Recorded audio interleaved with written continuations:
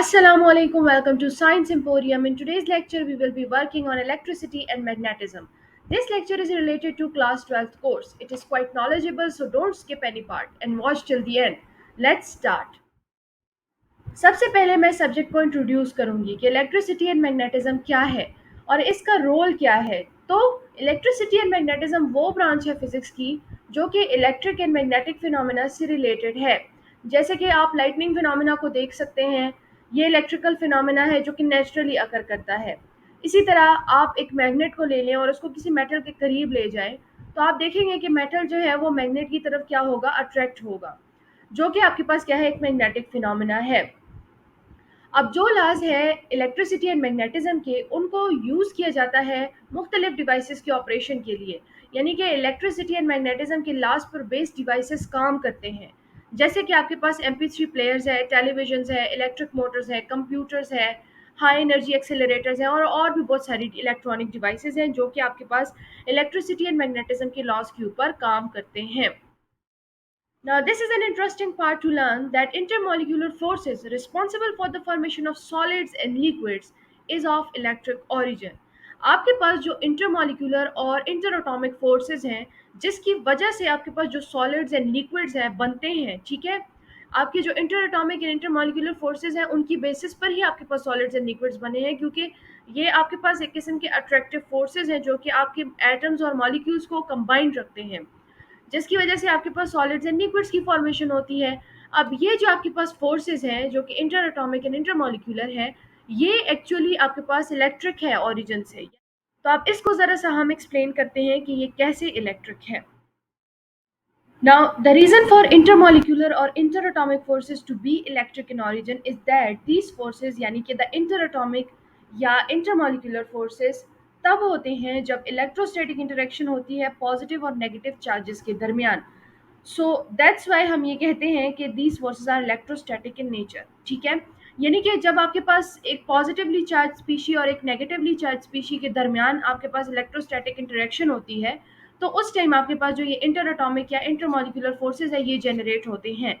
जैसे कि आप कोवलेंट बॉन्ड को ले लें या फिर आयोनिक बॉन्ड्स को ले लें, वहाँ पे भी आपके पास क्या होता है, एक पॉजिटिवली चार्ज स्पीशी होती है और एक आपके पास नेगेटिवली चार्ज स्पीशी होती है, जिनके दरमियान आपके पास फिर इंटरमोलिकुलर फोर्सेज जनरेट होती हैं। तो पॉजिटिव एंड नेगेटिव चीज़ की अगर आप बात कर रहे हो, तो जाहिर सी बात आपके पास इलेक्ट्रिक प्रॉपर्टी ही है ये, कि एक बॉडी जो है आपके पास पॉजिटिवली चार्ज है और एक बॉडी आपके पास नेगेटिवली चार्ज है। सो दैट्स वाई हम ये कहते हैं कि जब आपके पास एक इलेक्ट्रिक प्रॉपर्टी रखने वाली बॉडीज के दरमियान इंटरेक्शन होती है, तो तब आपके पास क्या जनरेट होती है, इंटर एटॉमिक फोर्सेस जनरेट होती हैं। So they are electric in origin. ठीक हो गया, तो ये इस पॉइंट का मतलब है और क्यों इस तरह से है वो भी मैंने आपको एक्सप्लेन कर दिया है। अब आते हैं हिस्टोरिकल बैकग्राउंड की तरफ कि कैसे और कब इलेक्ट्रिसिटी एंड मैग्नेटिज्म के फिनोमेनास को देखा गया और ऑब्जर्व किया गया। सबसे पहले चाइनीज डॉक्यूमेंट्स में कुछ शवाहिद ये सजेस्ट करते हैं कि मैग्नेटिज्म को 2000 BC के करीब ऑब्जर्व किया गया था। फिर ग्रीक्स आए, उन्होंने इलेक्ट्रिसिटी एंड मैग्नेटिज्म को 700 BC के करीब ऑब्जर्व किया था, और ग्रीक्स को ये पता चला तब जब उन्होंने एक पत्थर जो कि मैग्नेटाइट के नाम से जाना जाता है और नेचुरली अकर करता है, उन्होंने ये ऑब्जर्व किया उस पत्थर से रिलेटेड कि वो आयरन को अट्रैक्ट करता है। तो इस चीज़ की बेसिस के ऊपर ग्रीक्स ने कहा कि ये बिकॉज ऑफ मैग्नेटिक फोर्सेस है, और इस तरह से आपके पास मैग्नेटिज्म का जो फिनोमेना था वो सबसे पहले ऑब्जर्व किया गया था। अब आपके पास जो वर्ड इलेक्ट्रिक है वो आपके पास इलेक्ट्रॉन से आता है, जो कि एक ग्रीक वर्ड है और इसका मतलब है एम्बर। अब ये लोगों ने इसको एम्बर से क्यों लिया है, इसलिए लिया है क्योंकि सबसे पहले जो है इलेक्ट्रिक फिनोमेना जो है, इलेक्ट्रोस्टैटिक्स जो है, वो सबसे पहले आपके पास एम्बर से रिलेटेड ही ऑब्जर्व की गई थी। जो ग्रीक्स थे उन्होंने देखा था कि जो एम्बर है, अगर उसको आप किसी चीज़ के साथ रब कर लेते हो, तो उसके बाद जो एम्बर है उसके करीब अगर आप कोई चीज़ें ले आए, जैसे कि फेदर्स हो, लीव्स हो, तो वो उसके साथ अटैच हो जाते थे, उसकी तरफ अट्रैक्ट होते थे। तो यहाँ पे उन्होंने ये चीज़ कहा कि यहाँ पे हमारे पास एक इलेक्ट्रिक फिनोमेना हो रहा है जिसको हम इलेक्ट्रोस्टैटिक्स के नाम से जानते हैं। तो इस तरह से आपके पास जो इलेक्ट्रिक वर्ड है वो एम्बर से निकलता है, और ग्रीक्स ने इस फिनोमेना को भी सबसे पहले देखा था। इसी तरह आपके पास जो वर्ड मैग्नेटिक है वो मैग्नीशिया से आता है, जो कि ग्रीस का एक डिस्ट्रिक्ट है। ये वो डिस्ट्रिक्ट है जहाँ पे सबसे पहले आपके पास मैग्नेटाइट जो था उसको फाउंड किया गया था, उसको पाया गया था, ठीक है। तो सिंपली आपके पास जो ये वर्ड मैग्नीशिया है, या मैग्नेटिक है, ये मैग्नीशिया से आता है, और मैग्नीशिया जो है वो ग्रीस का डिस्ट्रिक्ट है जहाँ पे सबसे पहले मैग्नेटाइट देखा गया था।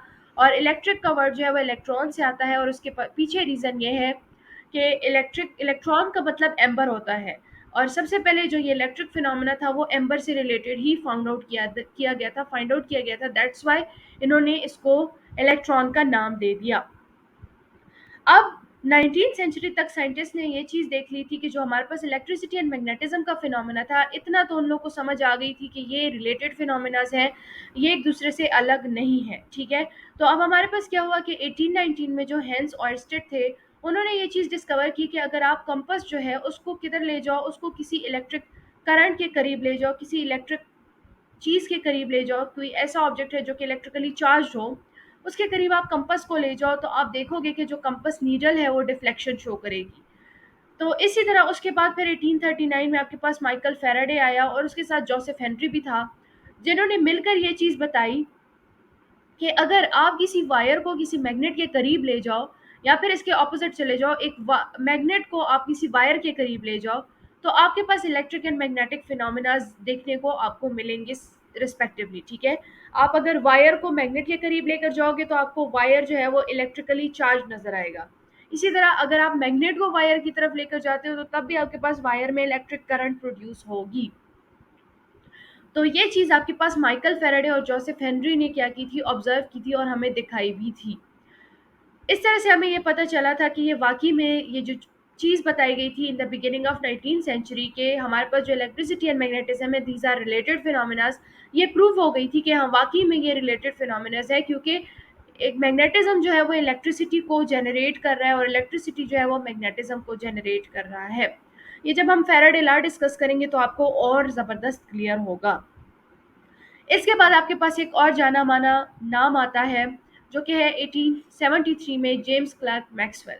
जेम्स क्लर्क मैक्सवेल ने 1873 में अपनी एक्सपेरिमेंटल ऑब्जर्वेशंस जो कि और साइंटिस्ट ने की थी, और जितनी भी आपके पास फैक्ट्स थी related to electricity and magnetism, उसको एक साथ लेकर आए हैं, और उसके ऊपर बेस्ड एक लॉ ऑफ इलेक्ट्रोमैग्नेटिज्म उन्होंने बनाया था, जिसको आजकल हम मैक्सवेल लॉज ऑफ इलेक्ट्रोमैग्नेटिज्म के नाम से जानते हैं।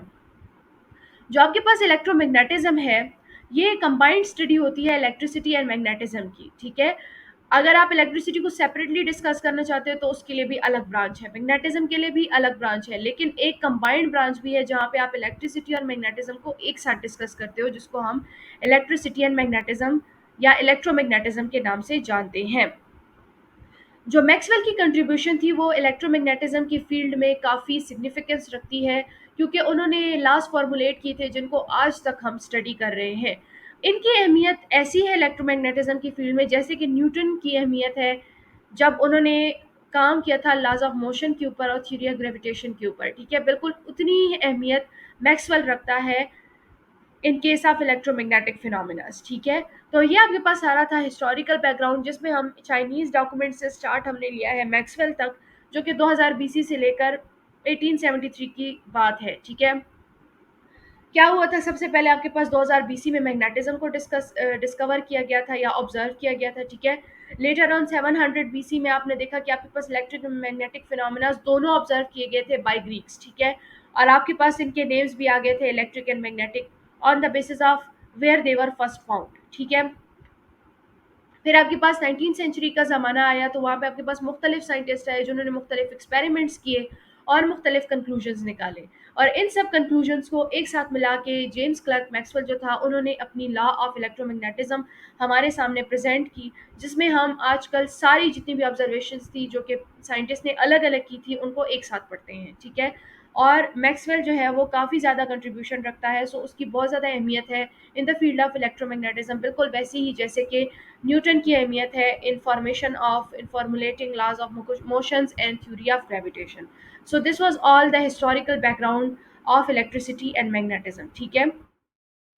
तो आज के लेक्चर के लिए बस इतना काफ़ी है। आज हमने डिस्कस किया, हमने इंट्रोडक्शन लिया कि इलेक्ट्रिसिटी एंड मैग्नेटिज्म हमारे पास क्या चीज़ है, और हमने इसका हिस्टोरिकल बैकग्राउंड देखा कि किस तरह से इसका नाम इलेक्ट्रिक और मैग्नेटिक पड़ा, और किस तरह से हमारे पास इलेक्ट्रिसिटी एंड मैग्नेटिज्म की लॉज को कंबाइन करके हमारे पास इलेक्ट्रोमैग्नेटिज्म की एक नई फील्ड जो है वो जनरेट की गई, ठीक है, हमारे सामने आई। तो ये चीज़ें हमने आज के लेक्चर में डिस्कस की। इंशाल्लाह नेक्स्ट लेक्चर में हम डिस्कस करेंगे इलेक्ट्रिक फील्ड्स के बारे में और चार्जेस की प्रॉपर्टीज़ के बारे में। तो मिलते हैं नेक्स्ट लेक्चर में। Till then take care and अल्लाह हाफिज़ एंड थैंक्स फॉर वॉचिंग।